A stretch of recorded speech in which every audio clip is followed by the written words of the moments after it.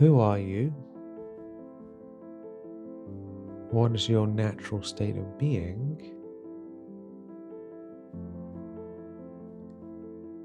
And what is your reason for being alive? Why are you here?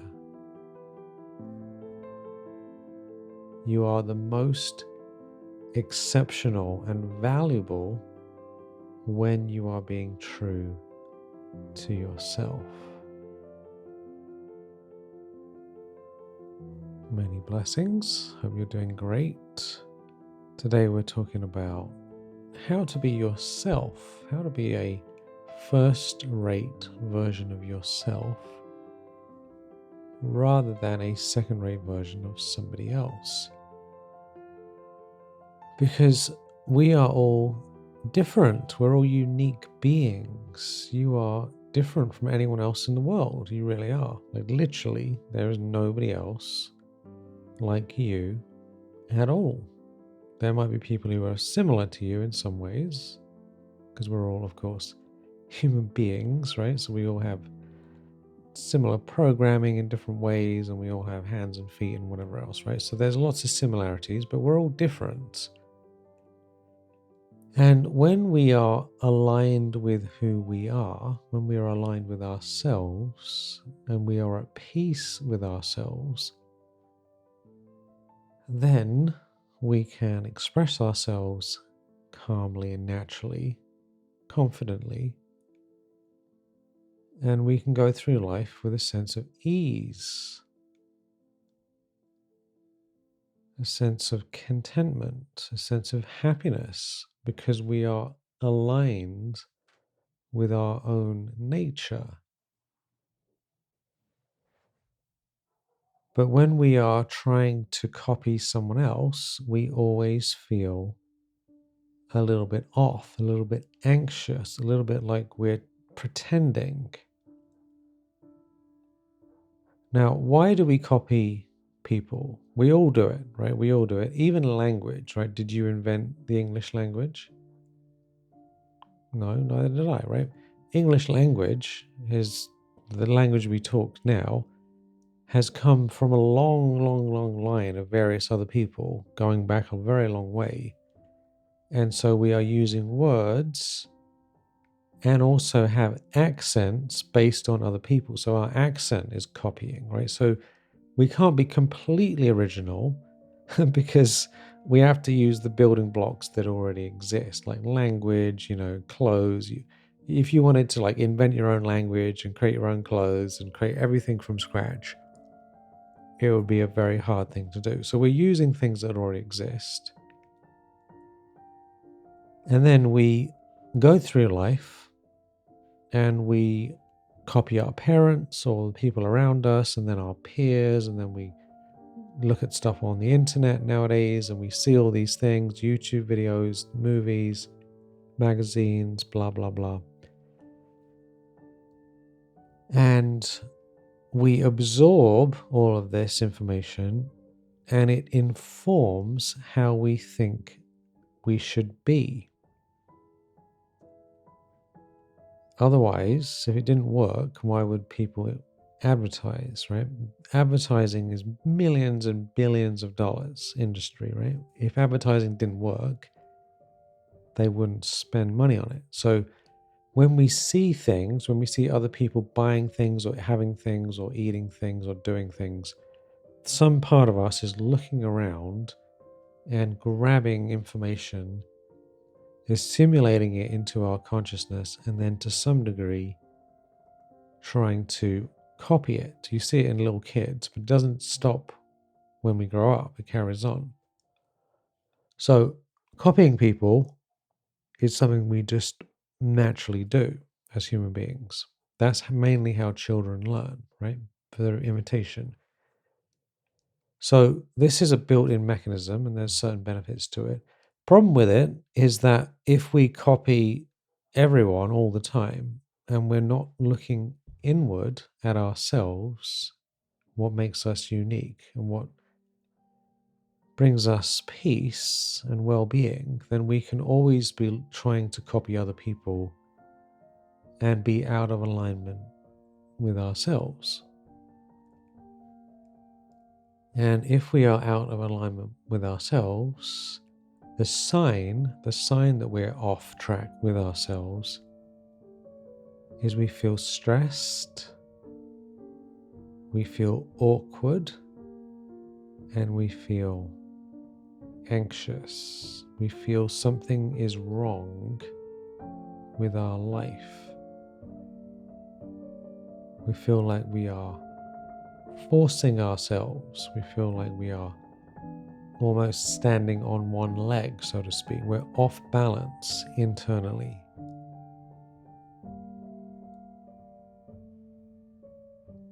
And some people are more energetic, right? They like to run around and do all this stuff, and they speak really quickly and woo, right? And that's great. And some people are more relaxed and more calm. And because we live in an extroverted world, there's introverts and extroverts, ambiverts, right? Extroversion is the preferred thing in modern society, right? That's why actors and movie stars, musicians, people who perform, which is an extroverted type of thing, that is praised very highly, right, in our society. And there's, of course, benefit to that. But if you are more relaxed and more at peace and you're not into that sort of thing as much, it doesn't drive you, then on some level, there can be a feeling that you should be more extroverted. And a lot of people, myself included, have got caught up in that whole game unconsciously because we absorb everything. So each one of us has our own dharma, our own purpose, our own life path, which is genuinely aligned with us, the path with a heart. In my book, The Dharma Keys, I talk about this wonderful expression, a path with a heart. Does it have a path with a heart?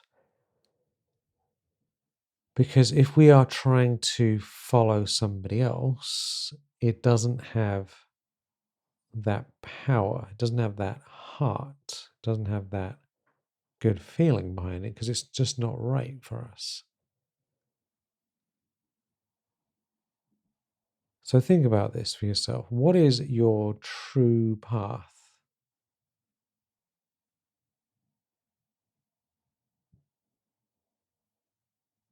It's a big question. What is your true path? Who are you and why are you here?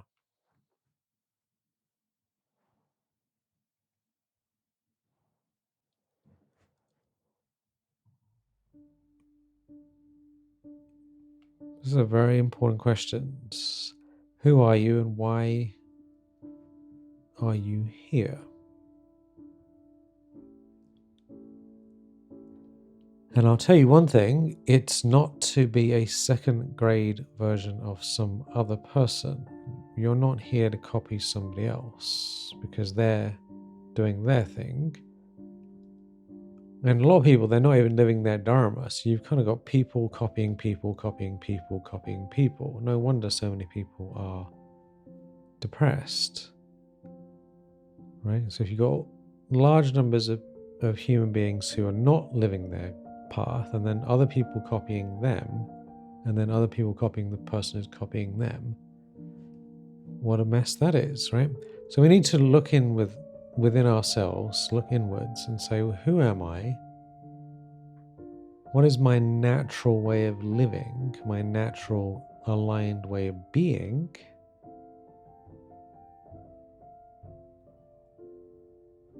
And how can I embody what I already am?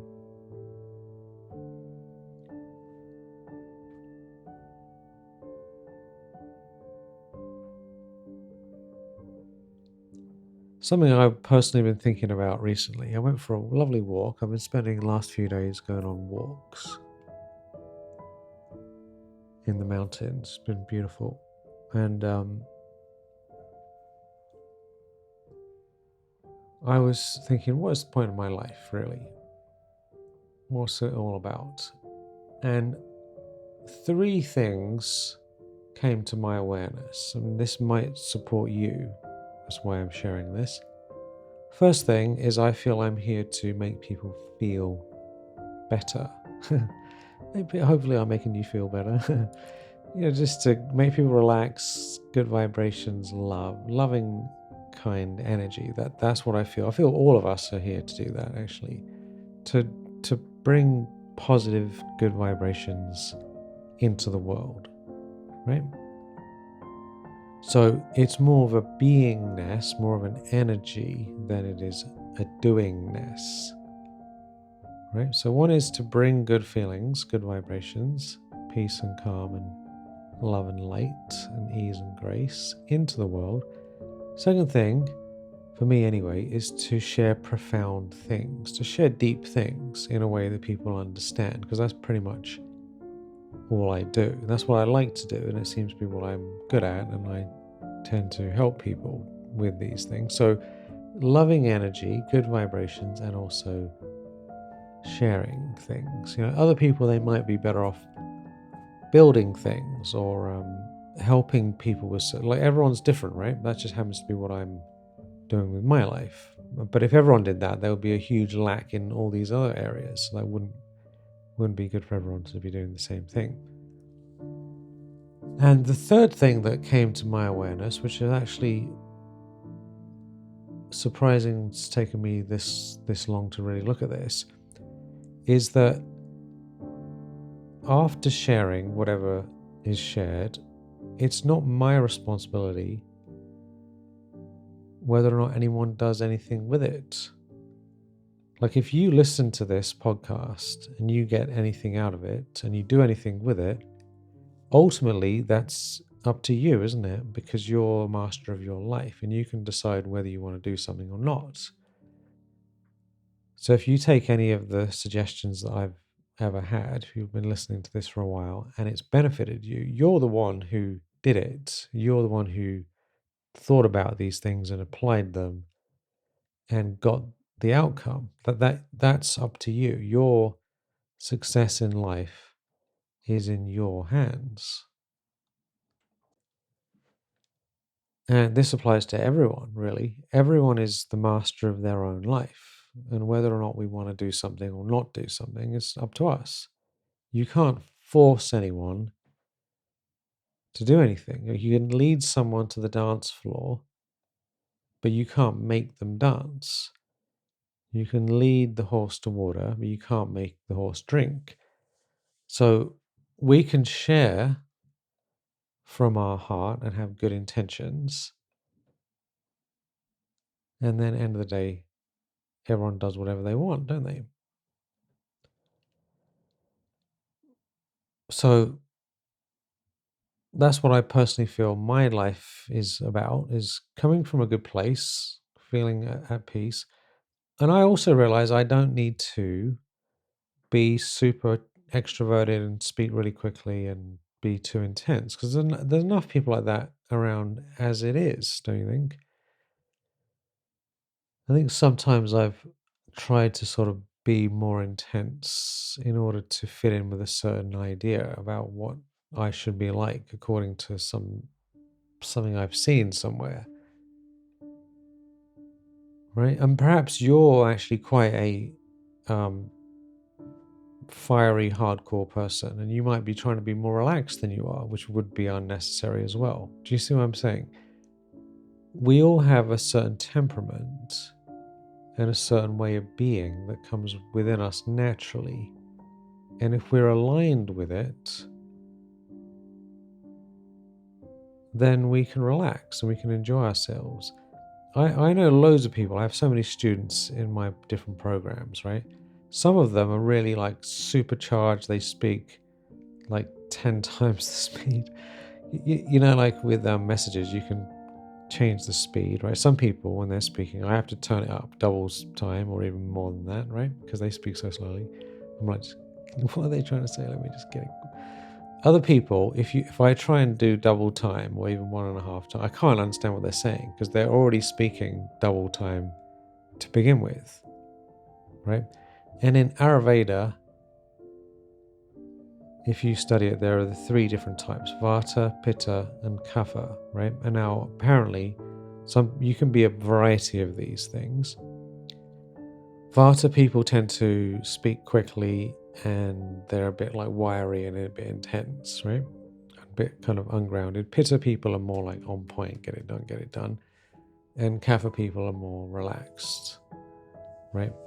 And most of us have a variety of all three. Some people might be like fully one, but a lot of us are a bit of a mix. So we have temperament, we have certain personality types, we have things that go back from previous lives. There's a whole range of things that's made us the way we are. And there's also some bad habits and stuff like that that isn't who we really are, that we've kind of carrying around with us. So it's important as we explore this to also discern the difference between your original self, your natural way of being, and bad habits that we picked up along the way. Because if we just say, oh, that's just how I am, but what we're really talking about is a bad habit, that's not sincere. That's not the real thing. That's something that we've acquired. So we have our natural original self, we have our temperament, and we also have a reason for being alive.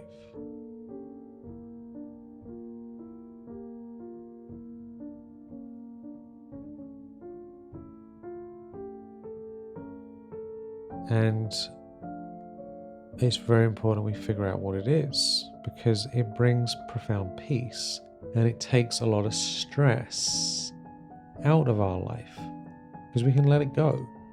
We don't have to try and be like anyone else.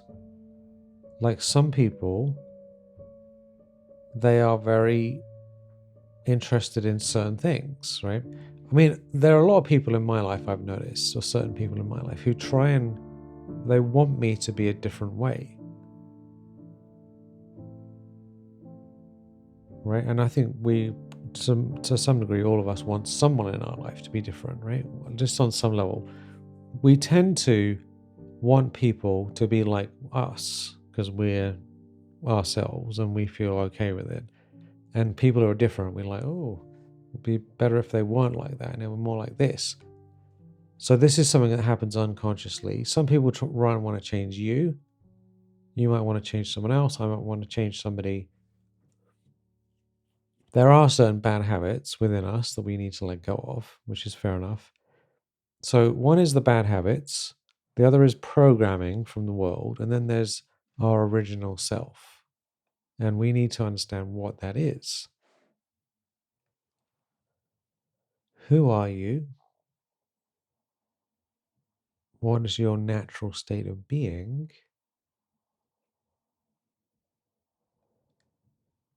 And what is your reason for being alive? Why are you here?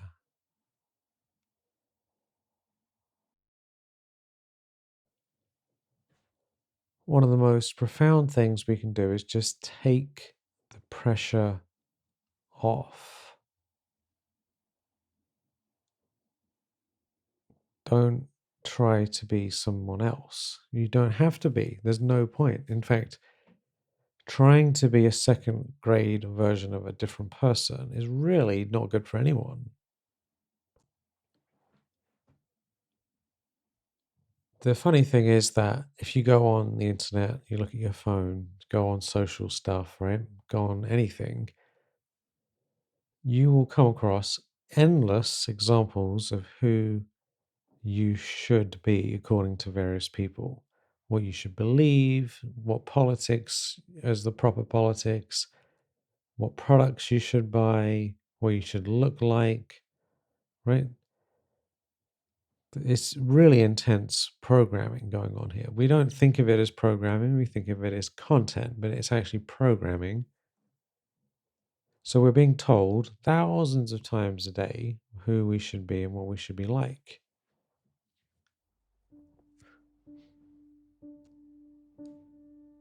But at the end of the day, you are who you are, and there is a genuine reason, a real role that you have in this great game of life, this great play. And you know that you found it because you feel at peace with yourself. That's how you can tell. If you feel content and at peace, it's a very good sign. If you feel like you're always trying to force yourself to do things you don't like, always feeling slightly out of place and a little bit off, then it's probably not the right thing for you to be doing, right? Because it might be hard, right? Like a lot of stuff that's good for us, that is our dharma, is our purpose, is a bit difficult. But it's something that we're willing to do that still leads to a sense of contentment, right? Doesn't mean everything's easy. When we're following our path with a heart, doesn't mean that we don't have any challenges. Doesn't mean we don't feel awkward as we progress, right? Because learning things and moving forward is often slightly weird feeling, right? If you're trying to learn a piano or an instrument or something new and you feel good about it, it's still going to be slightly hard to do because it's new. So we need to discern the difference between the awkward feeling of something that's new, that is actually aligned with our path, versus the awkward feeling of something that is not aligned for us, where we're forcing ourselves to do something that is unnatural. Because realistically, we can't live someone else's life year after year after year without losing ourselves, right? It's not healthy.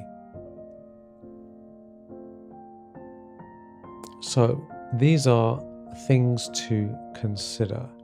I can't tell you who you are and what you're here to do because I don't know.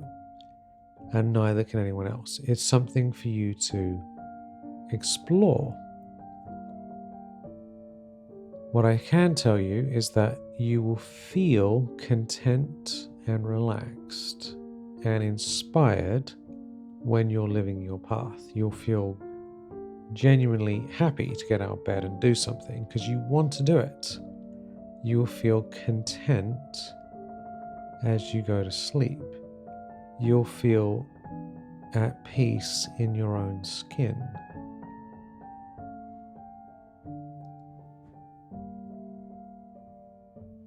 It doesn't mean you won't have challenges in your life, doesn't mean you won't have illnesses, doesn't mean you won't have stuff coming up. That's a different topic. But you'll feel like you're living in alignment with something meaningful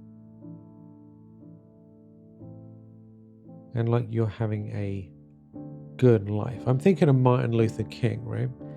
He often questioned himself. He often had challenges. I mean, he was eventually assassinated, right? I mean, these like public figures, ultimately, he was living in alignment with what he felt was right, even though it was very hard. So some of these things, they're not always easy. I'm not talking about taking the easy path where there's no challenges, because, if we just seek comfort, all we do is seek comfort all the time. It doesn't lead to a sense of excitement and joy and happiness, actually. It leads to depression. So comfort seeking is not what we're talking about. This is a very deep thing, right? Something to think about. Who are you? What is your natural tendency? What is your natural nature? Your real natural nature, not the programming. Why are you here, really? What are you here to do with your precious life?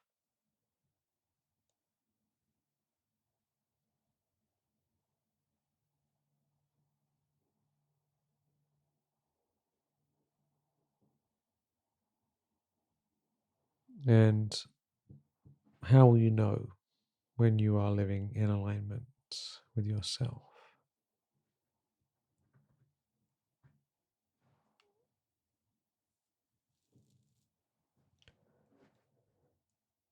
We talk more about this in the Dharma Keys book, but these are just important questions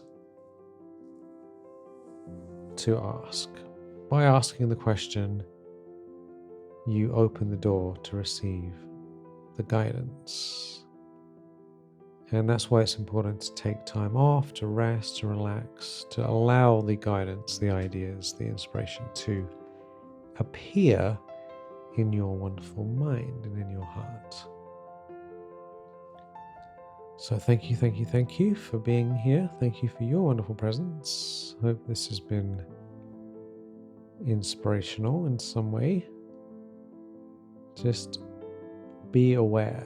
Are you being true to yourself, or are you trying to copy someone? You don't need to. You can let it go. You are wonderful the way you are. In fact, you are the most wonderful. You are the most exceptional and valuable when you are being true to yourself, not trying to be like anyone else. Lots of love, many blessings.